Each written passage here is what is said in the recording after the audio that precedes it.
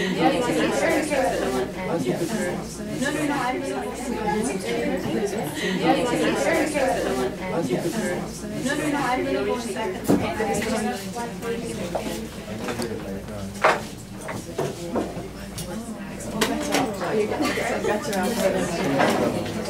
yes.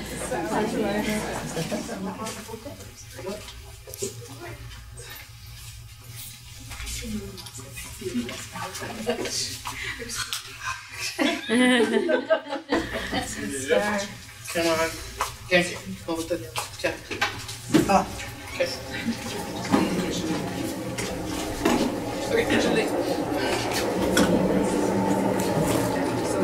It's me? Yeah. So many people, yeah. Okay.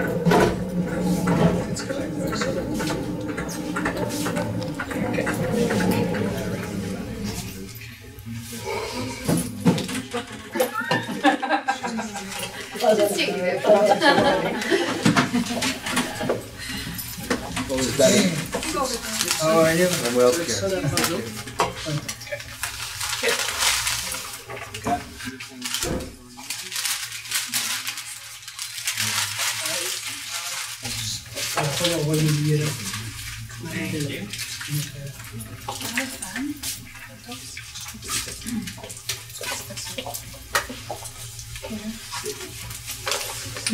Yes, Sarah.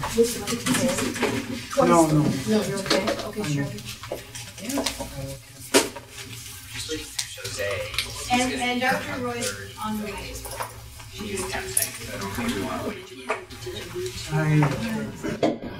Well, we had two objectives. Make the session pleasant and also maybe really try to make the session very interactive as much as possible. You'll judge by yourself. I have no doubt we'll succeed.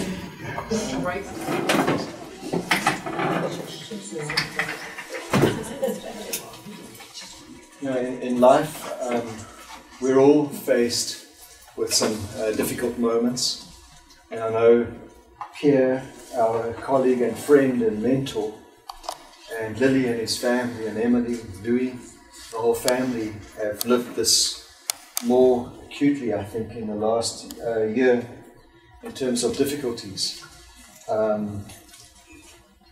And for us as well today, I guess it's with a lot of mixed feelings, a lot of sadness in our hearts, but also I think we would like to thank you, Pierre, for the opportunity of allowing us to say thank you to you.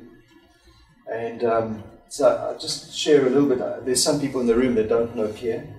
Dr. Pierre Allard was the division head of our division, and he recruited me and has been a close friend and a very close mentor for these years. And Pierre was diagnosed with pancreatic cancer about a year ago. And Pierre's asked to give basically a last lecture. And on the one hand, it's very sad to be here and to see a colleague and friend and family in this situation. On the other hand, this is a way in which Pierre's legacy will continue, because we will be able to use this in our teaching, Pierre. And so, even though you won't be with us anymore, you will still be with us, because we will be using this for teaching. So, just a little bit. I was first approached by Pierre back in 2005 to come to Ottawa, and I came. And at the time, I was living in Calgary at the time, and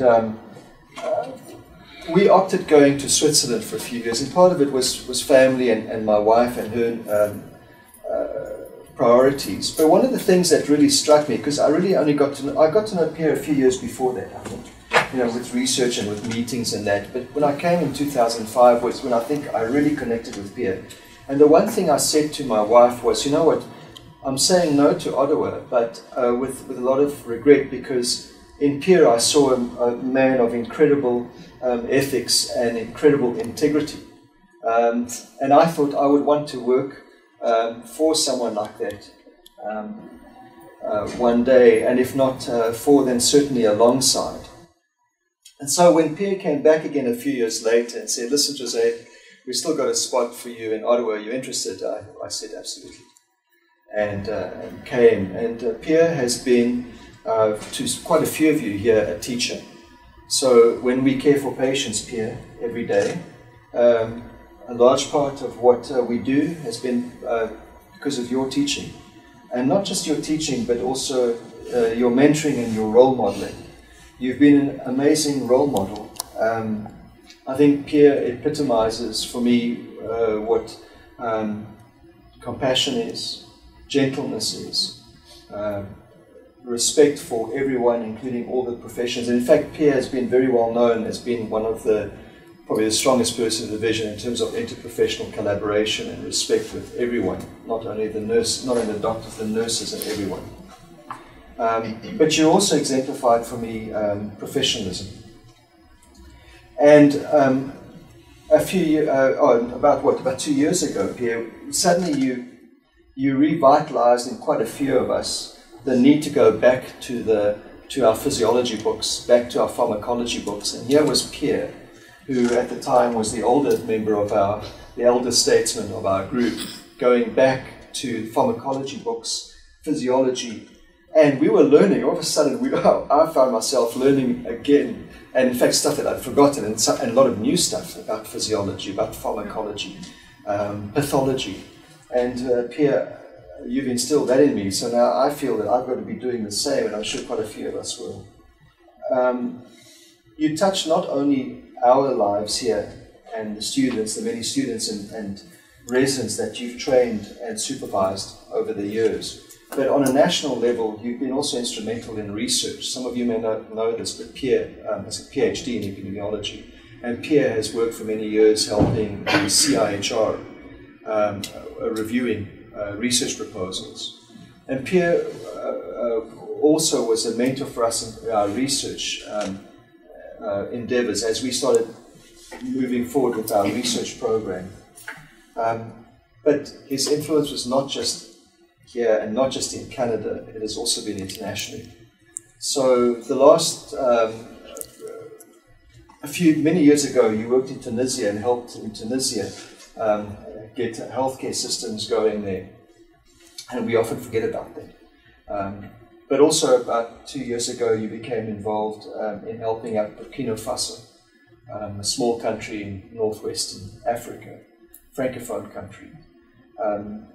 And I'd heard from other sources who didn't know that I knew Pierre about the impact that this person had made in coming in. And most important, I was so proud of being affiliated with Pierre, was they said was someone who came from Canada, who's not part of us, but respected us and helped us rethink us without imposing their views or ideas on us. So Pierre, I'm going to miss you lots, but you'll carry on. I think Christmas is a few things. Thank you very much, Jose. I'm just going to add a couple words because the focus today is obviously, we really treasure this opportunity to hear from Pierre. I just want to echo the thank you to you for coming. I want to thank you for the privilege that I had to look after you when you were on the unit a month ago. You've been an inspiration to me in my young career. Getting the ball rolling, getting an interest in delirium research, and really modeling what an excellent palliative care physician should be and is. So thank you for that. And you recently said to me, and I don't want to spoil the show, but you said that part of the transition you had to learn to let go of being a physician. But I just want to say that it's abundantly clear that just by being here today, what you're doing for all of us to share your story, you will always be a physician. And in addition to that, you will always be a teacher. I mean, for you to put the effort into this and to grow the legacy that was already going to carry forward from all of us is just amazing. So thank you. Pierre also asked me, we want to conserve his energy, so he asked if I could just briefly summarize the medical situation that he's gone through in the last year.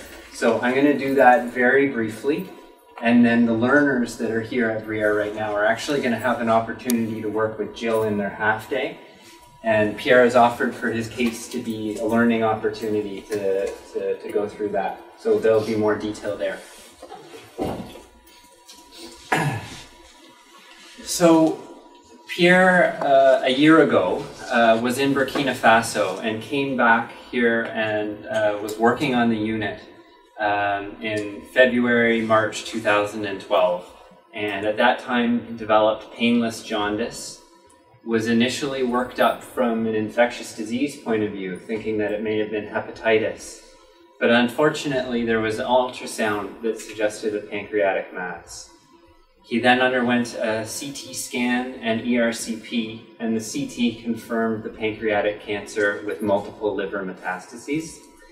And the ERCP, they did a stent to alleviate the obstruction, and actually quite quickly for Pierre, it did relieve the jaundice.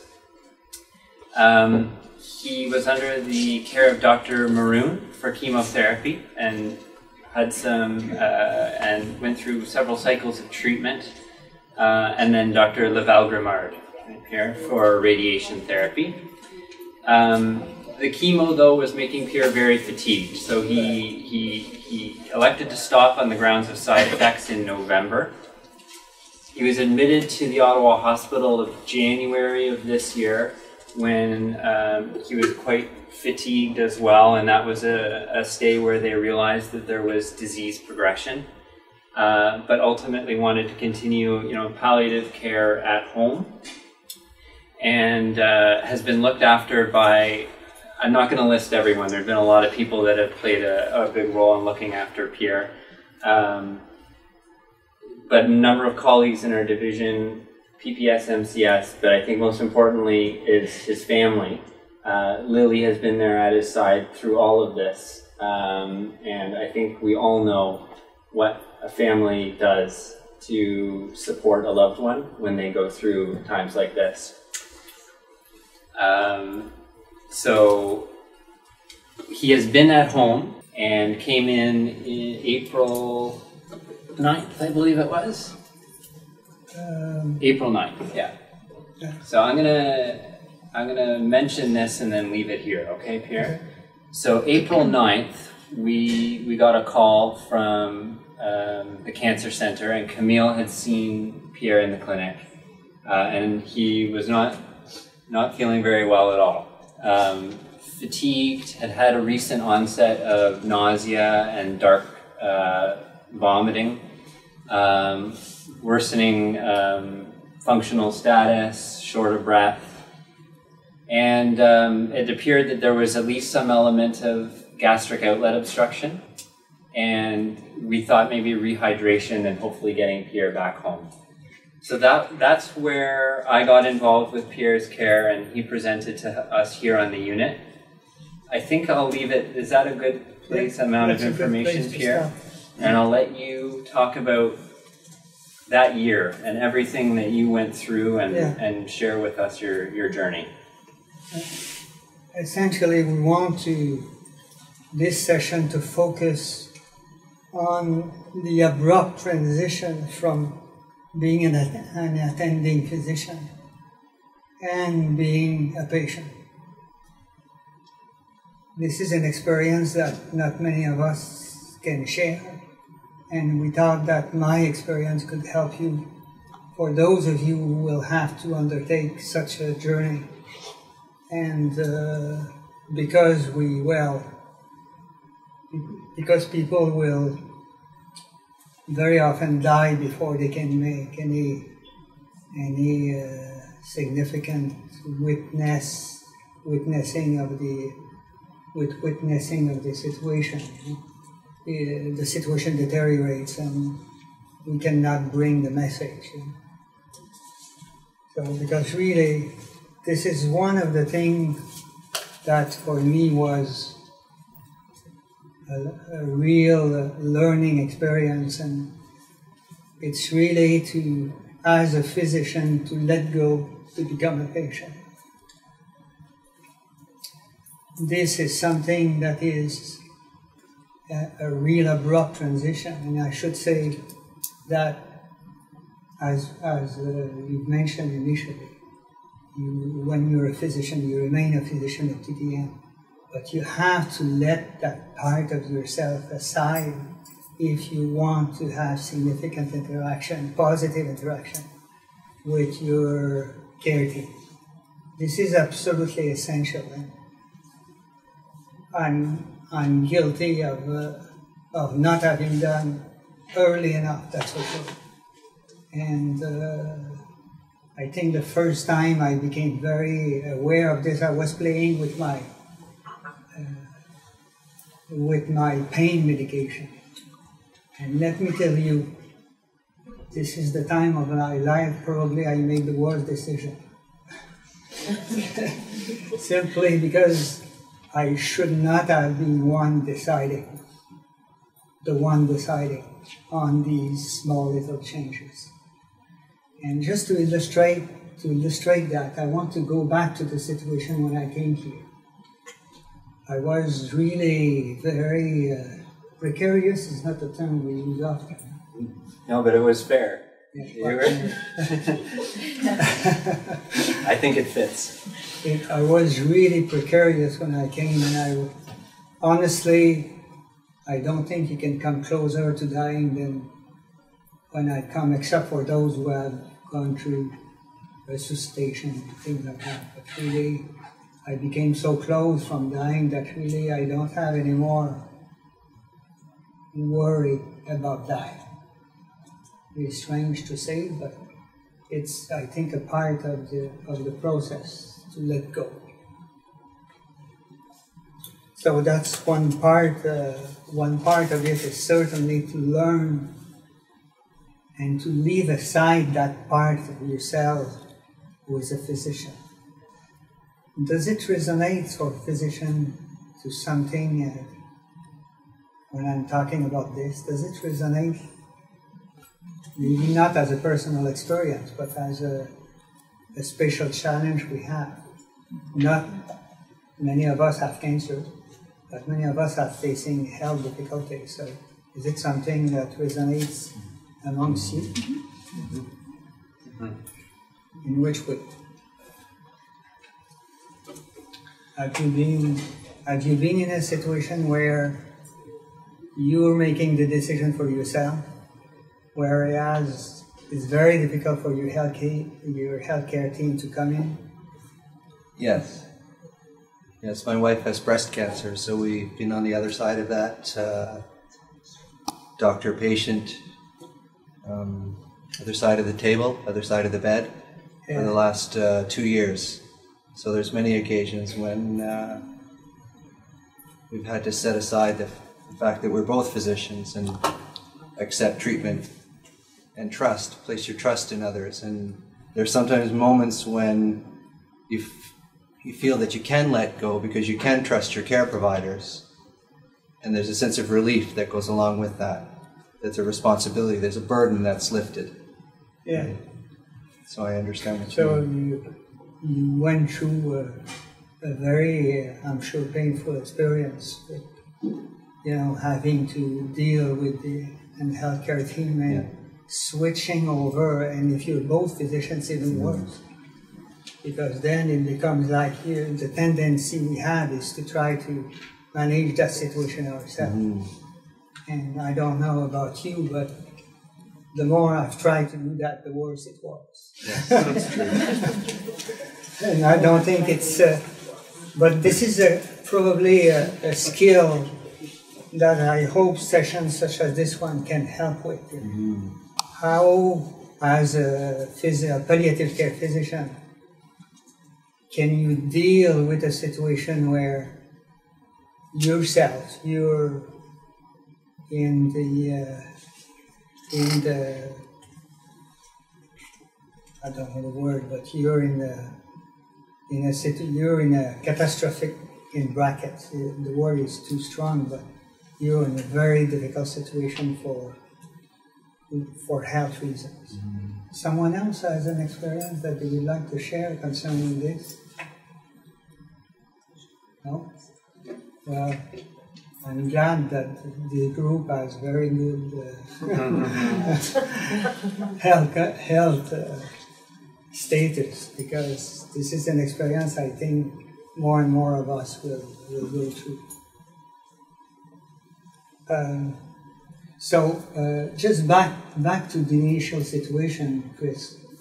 You know, personally, my view at that time when I came in, someone with pancreatic cancer, non-curable, has gone through radiotherapy, chemotherapy, and being admitted for what is certainly major internal bleeding from something inside, from the pancreatic cancer, but we didn't know exactly what it was.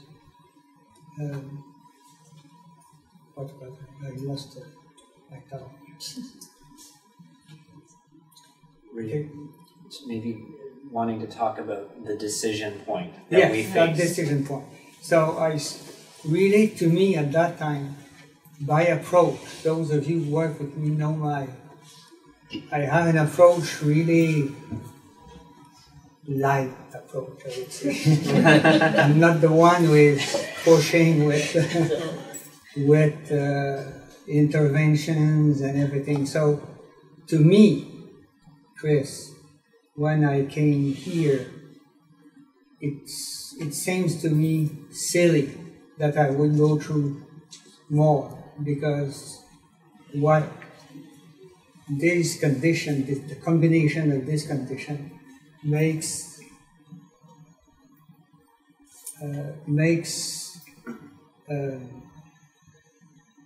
really make the situation difficult. But I was, in my point of view at that time, someone with pancreatic cancer, lost 4 grams of hemoglobin, close to dying when you look at him.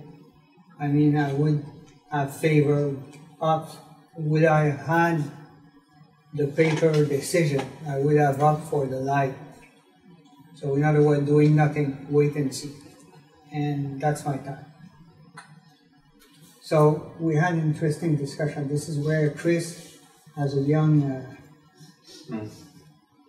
physician, but already very well equipped, was, re-engaged into a decision-making process that was extremely, I think, rewarding for both of us. And this was, I really had dry mouth. Now that's the coffee, so I would prefer a glass of water. Where did it go? The bottle was behind it. On the chair? Oh, in the chair. Oh my God. There we go. Yeah. Yeah, sure, I can talk for a minute about that. So when Pierre... What about you? How did you react in that? I looked around for help. That was all right. Well, I think that what we try to equip anyone training in palliative care with is the ability to focus on the patient. And in lots of fields of medicine, there are algorithms and there are flowcharts, and if you have this, then you do this. Yes. But in palliative care, we don't have a whole lot of that. And I think that it allows us the opportunity to really practice the art of medicine and to focus on the patients, on your priorities. And I was, that's what palliative care practice trains us to do. Yeah. And that was the situation we were faced with. And I think in any situation, there are choices. And as a physician for someone, you try to make sure that they're well informed, that you give them guidance as much as they want. But from that perspective, you made my job very easy. You knew all the medical aspects of what's going on and what could we do. besides the medical aspect, it remains that that decision-making process that you engage in depends so much on the individual situation, more than I thought really. For example, what triggers me to push on this sequence of investigation? Well, I think evidenced by you being here today, I mean, you're an example of what gives us so much joy in practicing palliative care, because you were living for quality of life and things had changed very quickly, you know, over a few days, and then there was another factor, a big factor. So I'm building up to it, but you had been focusing on quality, and there was a sudden change that we thought we had a chance to reverse. So from that perspective, we thought we could restore some of the quality of life you were enjoying. And then the big factor is that we knew that there was a grandson due any time in Montreal. And so by taking the approach that we did, there was an element of we wanted to buy more time. So let's go back to that situation where decision had to be made. I'm about to die, and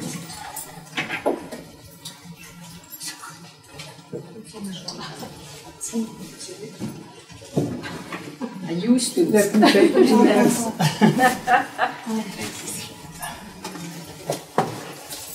Okay, so that grandson is coming, and I want to see him. So this reality changed all my approach. I opted for pushing through step by step and find out if there might be something reversible that we could play with. And so then we said, yes, there might be a possibility that would give me the gift of time. So could you just follow up with that, what consists about? Sure. So what we're talking about is that is a decision point, and taking a less invasive, comfort-based approach, not focusing on reversibility, versus an option that would be more invasive and looking at what we could do to, as the term you said was buy more time, and we had good reason to try to buy more time. Yeah. And we were fortunate that, I think it was Jose, it may have been someone else, that had actually already set up an appointment with Dr. Gregoire. Yeah. And so we had that available to us. And the second option, knowing your hemoglobin so low, is we had to stabilize you first. We couldn't just send you out for an endoscopy. Yeah, like an ICU situation. So we transfused you 3 units at that point. So I was admitted on a Wednesday. Tuesday. We decide for Wednesday, I think, huh? You were admitted Tuesday, and Wednesday we got the blood work back. The blood work back, and this is where we decide, okay, let's make a trial of 2 transfusions. We'll see how, if you react positively to transfusion, and then we'll advise. That's what we've done. So the blood work came back, and we've decided the blood work was 62. Yeah, I had 63, something like that, you know, enough to explain a lot of the symptoms. But what was the cause of it? Because obviously, if I would have continued to bleed, I would have passed away simply at that time, 2 weeks ago. So this was a turning point too, because as you mentioned, we had the appointment on the Friday, and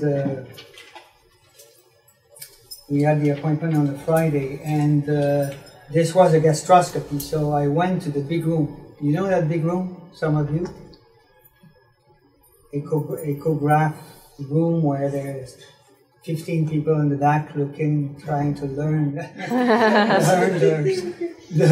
their job.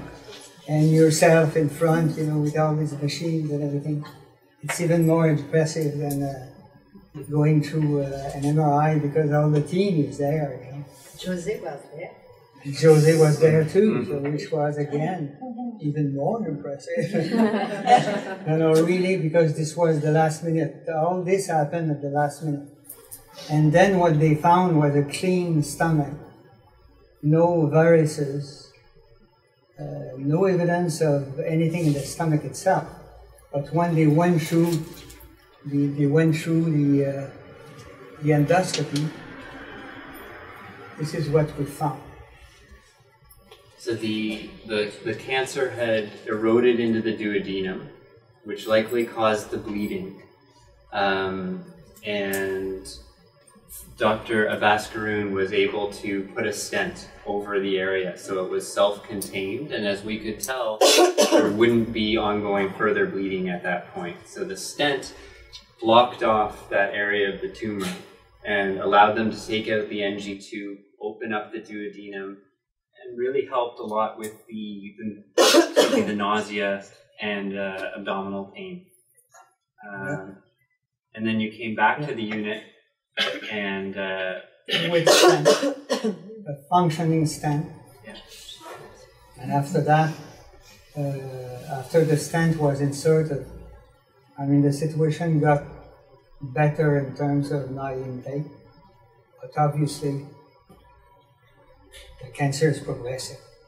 And over the past few days, it's a very steady progression. So, what else?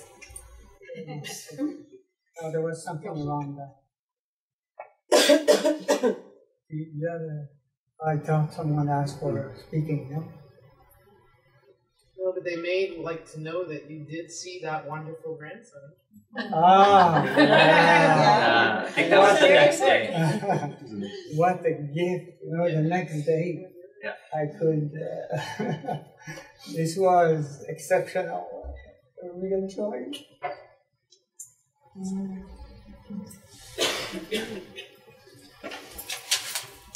Well, no, I will not try for too much. Let's So- see. Okay. I can mention if you want to read. So Yeah. Pierre came back to the unit after the scope and was really doing very well. He was still fatigued though, and wouldn't have been able to go back home at that point. So I think I called this next phase rehab. Yeah. Yeah. So I don't think it's really. So we needed to get some better pain control, and we needed to get you more energy, and we were always in the back of our minds thinking about trying to get you back home. Yeah. And the energy wasn't there. So although when Alexi arrived, I think that was a pretty energetic day. That's his grandson. Yeah. But we gave you another 2 units. We got our physiotherapist Nadia working with you.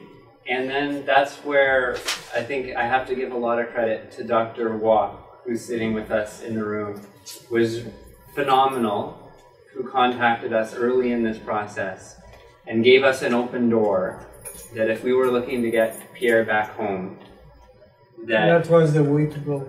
that we had that option. This is an example of how important is teamwork, because here the system is set in such a way that you need to have a palliative care.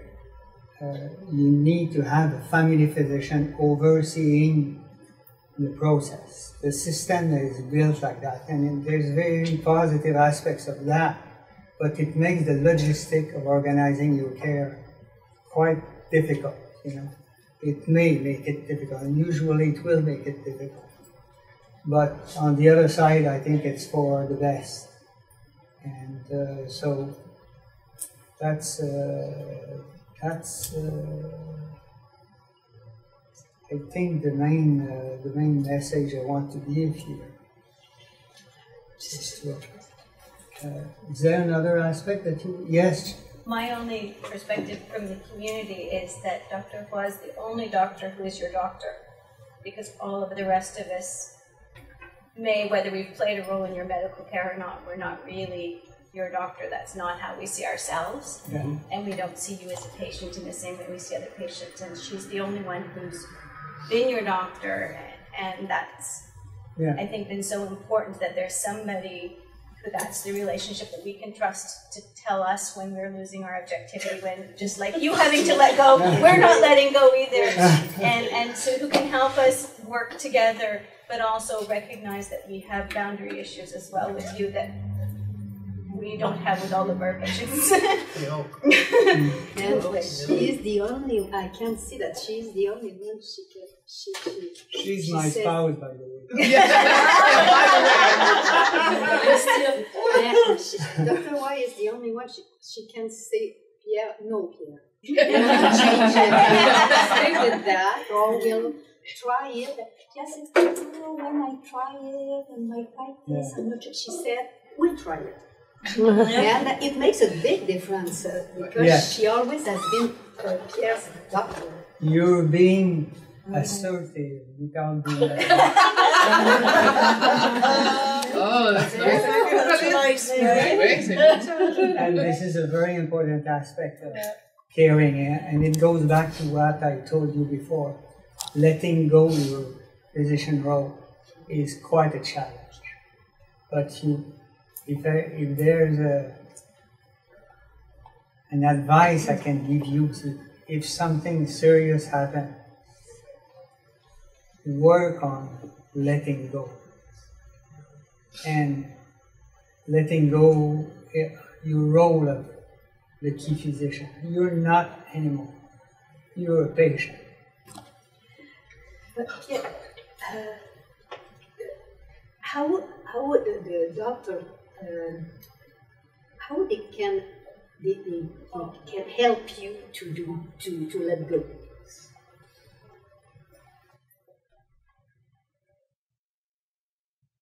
Voilà. Caroline, what would you say about this?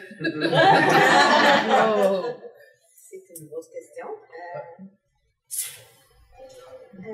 I think it's important to ask your opinion. Like you called me this morning, you had not been doing well. You were questioning about canceling this, and then I asked you, you said you had 4 boluses, he was being a bit more kind of lethargic and was not sure he was going to be up to it. And then I asked you what you thought you'd like to do. And you said, well, you might be focusing on this, it's not a lot. I said, why don't we try it? And then we decided to take an extra dose of Decadron to give you a bit more energy, and look at you. And it worked well. I really thought I would not make it today because I was exhausted. And you're here. Yeah, and I'm very pleased to be here. Pleased to see you. I think it's important to ask what you, as a physician, you have a lot, and especially me, you've been, I was talking to you, Dr. Burns, about this, You know, when you asked me months ago to take care of you, if that would be a possibility, and I was kind of, you know, I do a little bit of palliative care, but not at the extent of what you've done. And it was kind of, but you know so much, and now, you know, am I going to be able to take care of you? And then, so it's a privilege to be able to take care of you, but I think the fact that you know a lot has been helpful in our relationship. Yeah, that's, I think, the main aspect is really sticking to what you have to do as the key physician, as the family physician, and it's very extremely important. And you've been the palliative, you've been the family physician of all the family. That helps as well. For years and months, and so this is a key, and not everyone has that privilege, but this has been a real privilege, because when you're going through such experiences that we are talking about, it's something to live through. Whatever you do, it's something to live through. Yes, Peter? Pierre, they use the analogy in family medicine of the conductor of the orchestra, and I think that sort of says it very clearly. You know, if you don't have somebody conducting the orchestra, things go out of tune. Yeah. Right? In many ways, it's like that. But I must say, can I add something? I must say that through the years, I've been very thankful that we have such a great service here in Ottawa. And I've been thankful that Jill's been involved with the care. And it's always nice to know that there's a 24-hour kind of health Support in the background. We're extremely privileged, the family physicians in town, to have that. We appreciate it all. And just also to talk about how difficult is that going through such experience as those that we are talking about. I've been followed for years, but I was followed by my psychiatrist. Because really you have, and this is Dr. Gervais, she's with us today, but because really this is something that touches all the aspects of your being, such experiences, and you need personal support. You need to look at the links between what you are and between what's happening to you. You know, that this is something absolutely essential, and it doesn't happen in a short meeting with someone somewhere. You know?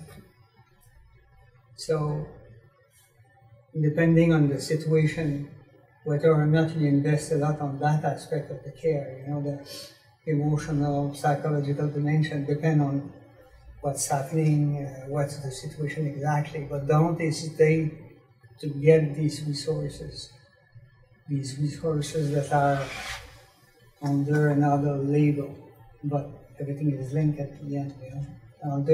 They are under the label of support, understanding, being, things like that. You know? There was an incredible team approach that came together to make all of this possible.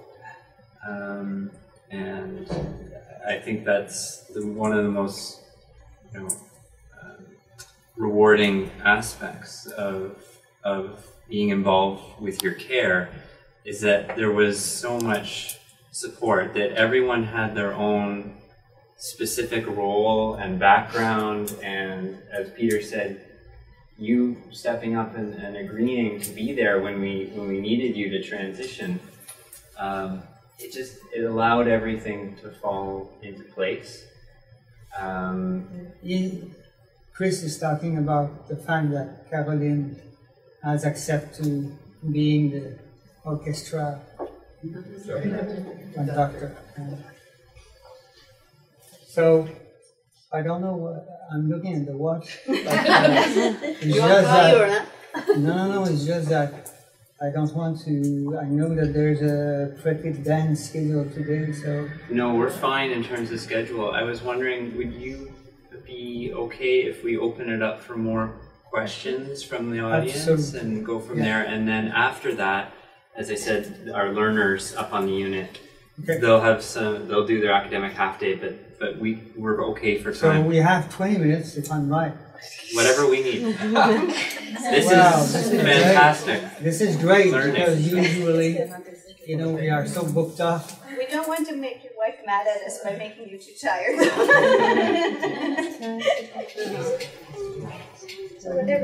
Yes, you're leading. Do you want me to moderate it? Where is my? How are you feeling energy-wise, Pierre? Not so bad, but very dry mouth. Okay, so we'll see how it goes. Sure, Tara, why don't you start it? So, Pierre, I'd like to understand better that process of letting go. As a physician who's been in a situation where I didn't let go, and I was a physician in a medical situation, and actually it was the absolute wrong thing in that situation. But people listened to me because I was a physician, right? But it was absolutely the wrong thing. It was dangerous, in fact. For you, was it a gradual process over time, and you can't really see like one moment when it happened, or did it happen? Was there something that happened that was more sudden? Like, Yeah. How did that unfold for you? Well, for me, it was at some point I was having so much pain then that I had regular appointment at the outpatient clinic, palliative care outpatient clinic, and I had amazing care. Dr. Monroe was my physician, and then there was a time when everything was going wrong, that I came back to say, well, Camille, I turn everything to you. I don't want to even know what you're prescribing me. I changed my mind later. But this happened suddenly because the more and more I was trying to interfere, the worse it was. So it became like an evidence. You're hurting yourself, by not letting go in terms of the overall care plan for pain management. Was that much of a struggle, that sense that I am no longer the physician in this situation? Was that tough? No, it was a relief. Okay. A very big relief. Very big relief. And after that, I work out. But it's not done because you say it's happening. As you know, you have to work on yourself to ensure that you align your behavior with with the way you are and with what you're asking to other people. So, but that was the way it happened with me, given the situation I described earlier on. Yeah, I had something. Sure, Lily and...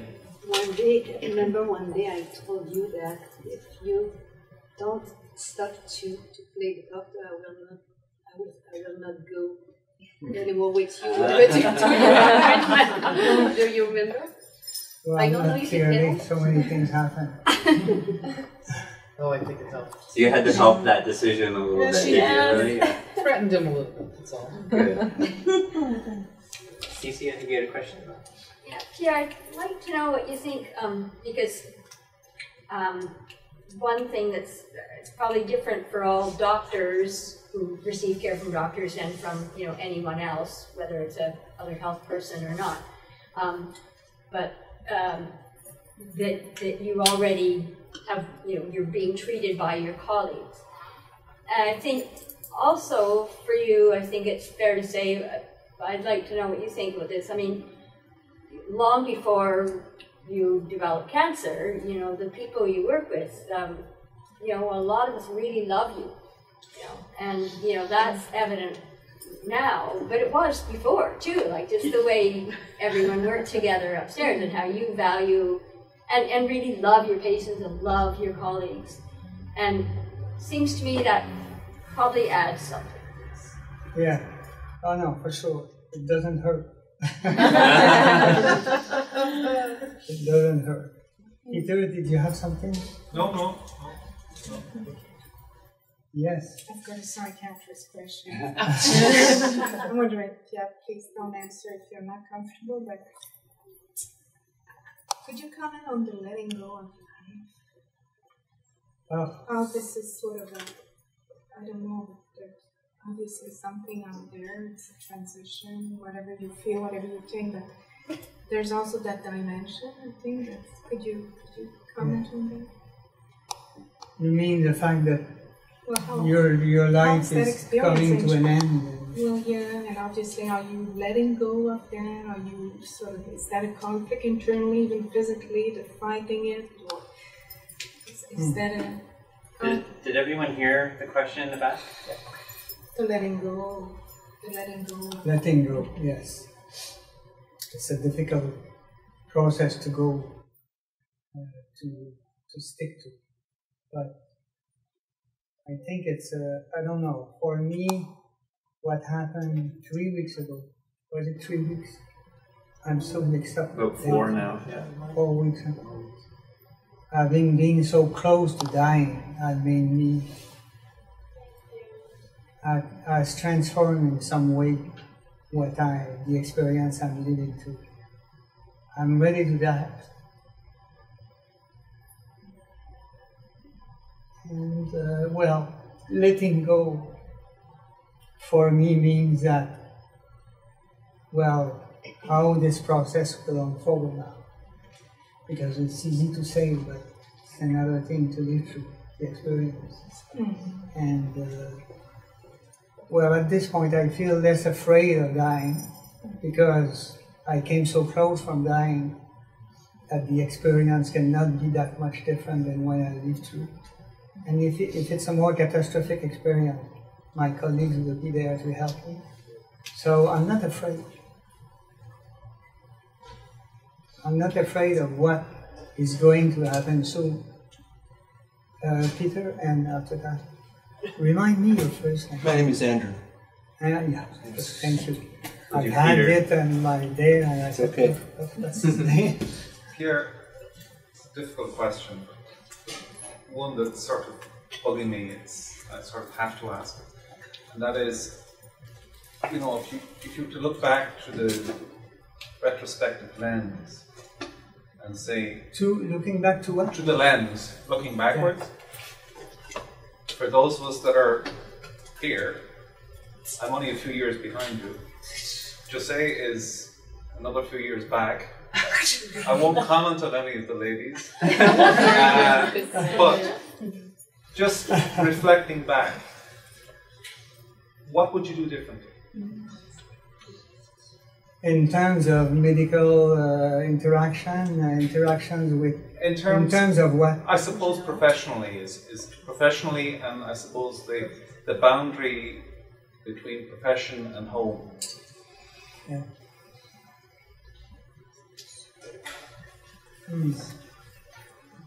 Big question. Louis waiting for the answer, sorry. I don't know if there's an answer to that. What would you have done differently? I think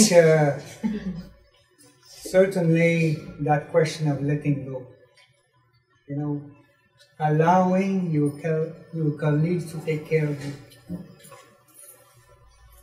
This is not easy for us as physicians. It's a very difficult thing to do. It looks simple, you know, the people, these are my colleagues and everything. But in fact, they are your colleagues, but you are patient. They are not patients.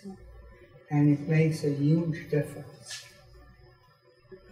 And I always talk about these different universes, you know, where you have the universe of the well-being, all of you, except maybe those who don't want to speak out about their health condition, but you don't need to. And there's a universe of the well-being and the universe of those who will die from evolutive, catastrophic cancer is another universe that you belong to. And it's not anymore the time to, you have to be aware of this. You're not the attendee anymore. You're a patient, like any other patient. And this is something, so you have to recognize that the challenge is very different for yourself than for all those around you. Where the challenge is the challenge of living. My challenge is not living, it's dying.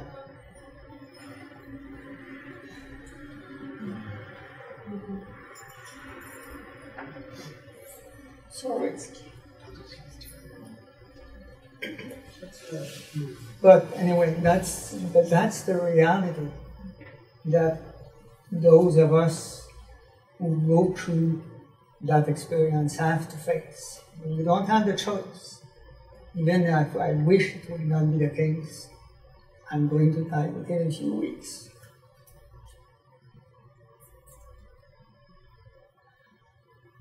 So that's the reality. And I'll die as a patient, not as a physician. although I remain a physician in the deepest of my heart. Thank you. And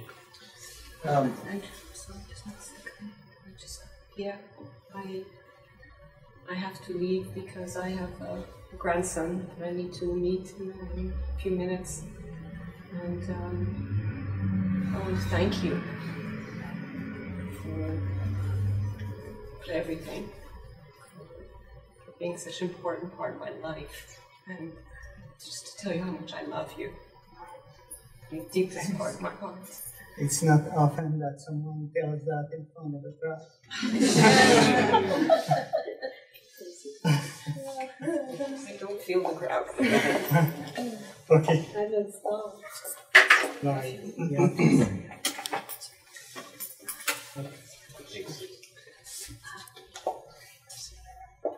Okay, so I don't want to. Why don't we take, Andrew had a question. Yeah. Can we do one last And question? We still have 5 minutes to go. Wow. Settle down. But I think we'll take Andrew's question and then I think we need to get Pierre. So Pierre, this question, your answer is optional. Again, it's quite personal and it's a critical follow-up to the other question over here. I can imagine making the transition from physician to patient, much as you've done for myself. Like I can imagine having to make that transition. Yeah. And some of the questions that would come up for me center around questions of meaning and struggling with questions of why, reasons, this sort of thing. And I wondered if you could share if you've had struggle with that, to share some of your own journey, because that in itself is also a transition. I think living a life with certain goals and expectations for your life, and then having that drastically altered to this other way of thinking and conceptualizing your life. And to me, those bring up questions about reasons and meaning and why this all happened. Do you have something to share about that? Well, the question of the why is very much related to anger. You feel mad because you have, like that to me at least, I relate these two. Dying from cancer is something that is, unavoidable. If you have a severe cancer, it's unavoidable. But yet, why me? Not someone else. And there's no answer to that question. It's something new. It's your time. Because of your gene profile and because of so many different things. I'm sure it doesn't answer your question. It's more an interaction type of thing than answering a question. Does it resonate? It does. It's kind of like the question that has no answer almost. Yes. And although you might can imagine wrestling with it, I can't imagine actually coming up with an answer either. And then you have to learn to accept that that's the way it is. That's the way it is. So you have to work on yourself to accept the way it is. If you work on yourself to try to change the way it is, you're in the wrong path. Right. Thank you. I think we'll stop the questions there, Pierre. We don't want to completely exhaust you. Do you have anything else that you want to share or say before we wrap up?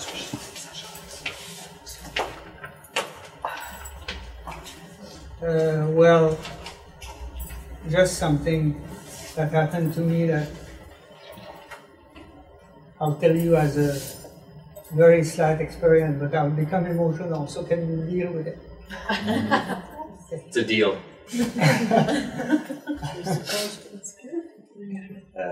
The morning, 2 days after I've been admitted to the unit, they were moving me in a wheelchair from my room to somewhere else. I don't know, for my shower. Shower. And I was there rolling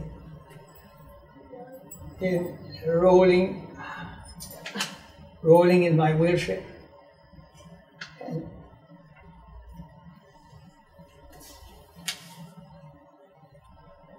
there's nothing sad about the experience, but I don't know what links to it, but to me it resonates very complex issues.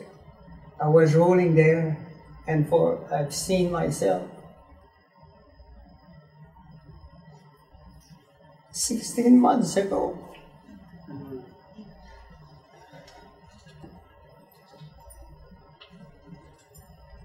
Where I was dealing with my residents, students, and everyone on the floor. And you know, that transition is like a photograph that I just suddenly became so aware of how the situation has changed. You know? Going from attending physician to a patient. So a patient who is about to die. So, and that's a reality that you have to accept. Because even if you don't, you're penalizing yourself. And I think that's maybe the experience. If you stick in a way that is on the side of no, I don't want that, I'm you know, anger and everything, you're on the wrong track. I think for yourself, you're putting a heavy weight on your shoulder. A very heavy weight. Okay, I'm sorry. Sorry. I don't apologize. Thank you. That was, I think, an incredible gift that you've shared with us by taking this time, precious time, you know, to share your journey with us.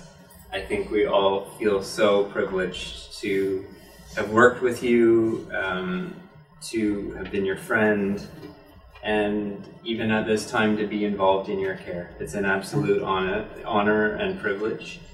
And I also want to thank Lily and the rest of your family for sharing you with us, both professionally, as Peter was getting to with his question, and right now, in this very special time. It means so much to everyone in this room. So thank you very much.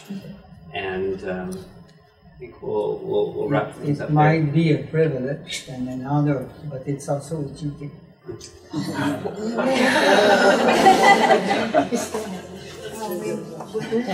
You still have it. Okay, held it together till death. Okay. Thank you, everyone. Thank you for coming.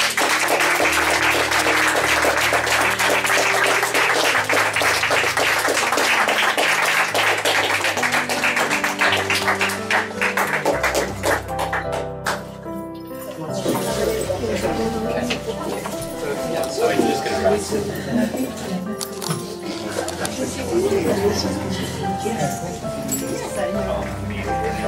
it.